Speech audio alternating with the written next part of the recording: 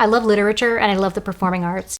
I grew up as a dancer with the New York City Ballet, and then I did acting. I studied acting for many years, and then I kind of went into writing and teaching. So I thought this would be a great synthesis of everything I love, which is literature and poetry synthesized with the performing arts. You go into a reading typically, and it's like you go into a bookstore and there's a guy sitting on a stool, reading from his book, and people are trying to like peer around the bookshelves. Artists perform their work. They kind of take it off the page a little bit and then kind of on a stage, sort of bringing both of the arts together. So tonight we're having this sort of backing band jamming with spoken word as a sort of new format, kind of taking it further. And so it's kind of like the real crux of what Word Performances is, sort of bringing much more performance and art and different art forms together with the words at the center. There's so much talent in the Bay Area, in San Francisco, Berkeley, Oakland. It's just fantastic. We're so lucky to have such incredible talent. I mean, best-selling authors and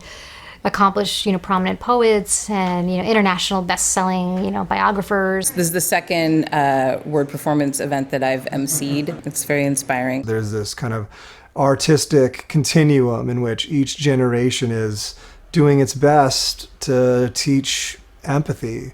So at the end of the day, I think that's what art is all about, capital E, empathy, trying to tie our humanness together. There's going to be someone in your audience that I feel like needs to hear what you're saying. Sometimes when you just put stuff on paper, it doesn't get the exposure it needs. That's why, I probably would have never have even thought about putting these conversations into a book until someone came and told me, like, this is important, let's put it in a book. It makes the work feel like it's a living thing, like it's part of a community. And I love the feeling of being up there and like connecting and sharing and being vulnerable and brave and sort of performing in that way and just putting it all on the line. The like rush you get when you're on stage, it's that kind of adrenaline high that I live for. Like I get a little flush in my cheeks and I get a little like hot face. I've always been in music and I've always made music, and when I was 16 I went on stage with a band, my band, and immediately froze in the spotlights. So I decided I'd write about music instead and just play music for myself. My whole goal as a comedian is to make people look at, by sharing my life experiences, look at the generalizations and stereotypes that they have. We did a Pussy Riot show. It was in solidarity for gay rights in Russia.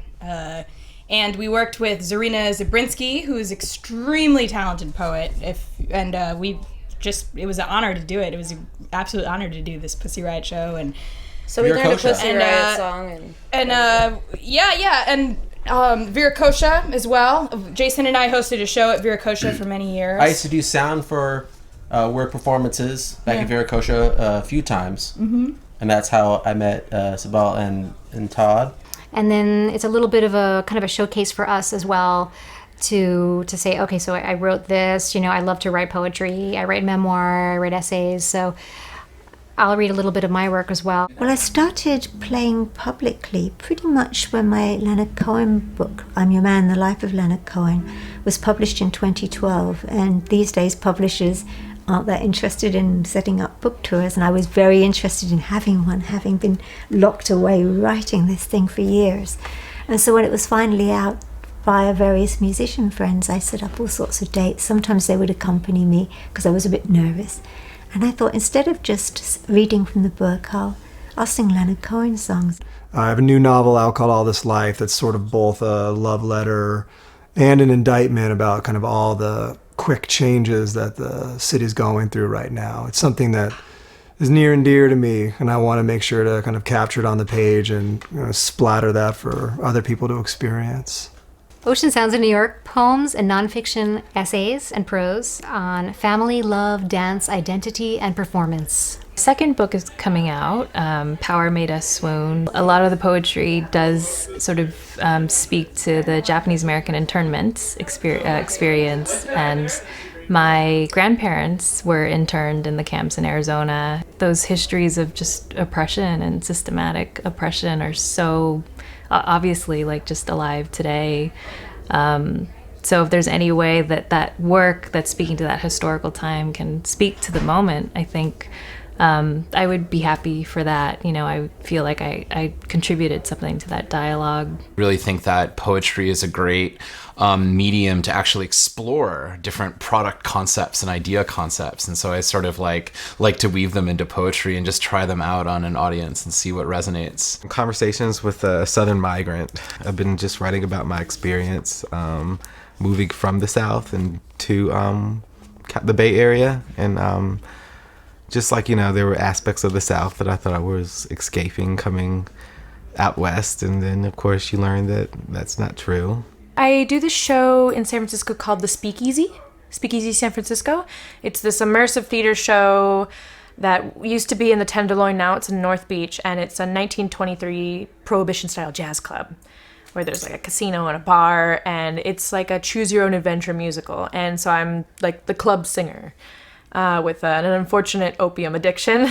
We are looking for a musician by the name of Wyatt to come be a fan. Final message. We have white t-shirts for sale for $15. My name is Cybele Zufolo Siegel, and my show is Word Performances. My name is Todd Siegel, and I'm the co-founder of Word Performances with my wife, Cybele. My name is Yayne Abeba, and I'm a stand-up comedian. My name is Vernon Keeve, and I believe that you should always teach what you love. So my name is Brynn Saito, and I'm a poet, a writer, and an educator. My name is Joshua Mohr.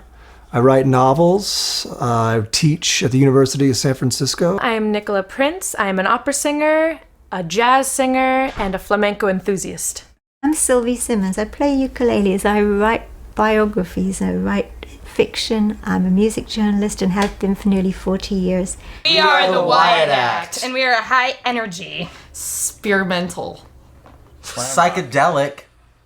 We play slam rock. We play slam rock. Slam. You've heard of slam, you've heard of rock. We do them both at the same time. You know slam rock. We've seen the most incredibly talented performers. We're like, they're so great. We want to have them in our show. They're so inspiring, and they become our friends. So it takes it a step beyond a reading, like in a bookstore. It's like a show. Night was our day and our hour and our lives. Work and family and reality always melted away until the morning. We were a traveling road show of love. Things were melting away from me in that hotel room. Things like Shakespeare conferences and mom and dad, the dirty slush of lost youth.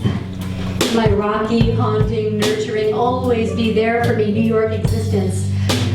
Like quotidian waves and salty tumult. And what I didn't realize was New York was melting away from me too.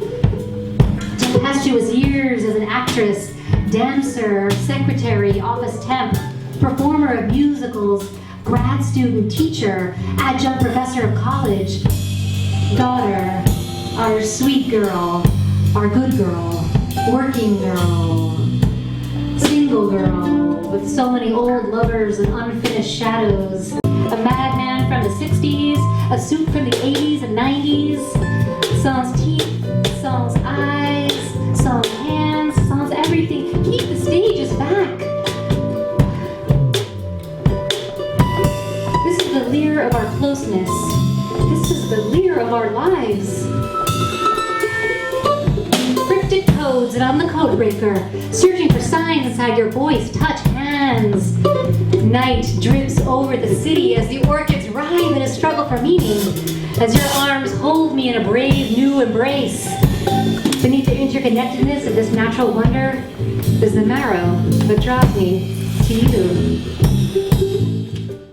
There's a new product agency called Brand Aid. They specialize in crafting uncomfortable truth personas. You know those detailed target customer descriptions to help product designers aim their apps at a fleshed out person with personality goals and even a name, not just a user. There's the standard persona that goes like, mom in her early 30s who has 2 kids and a golden retriever and went to Santa Clara University and holds a part-time job. Here's one of the uncomfortable truth psychological profile personas crafted by Brand Aid. Hip fluent and really needs to dial down the diva. A beneficiary of white fail privilege. Doesn't have her fingers in many pies. More focused, few pies, many fingers.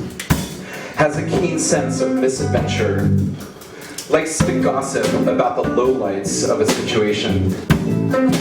Would probably see a Raider Nation sign and immediately think Fader Nation. Prefers solitary refinement. Meetups she would attend would include Cheese and Hackers and Shark Jumpers Anonymous. Very dissatisfied with settling into our cog-eat-cog world, unless she could be a demigod.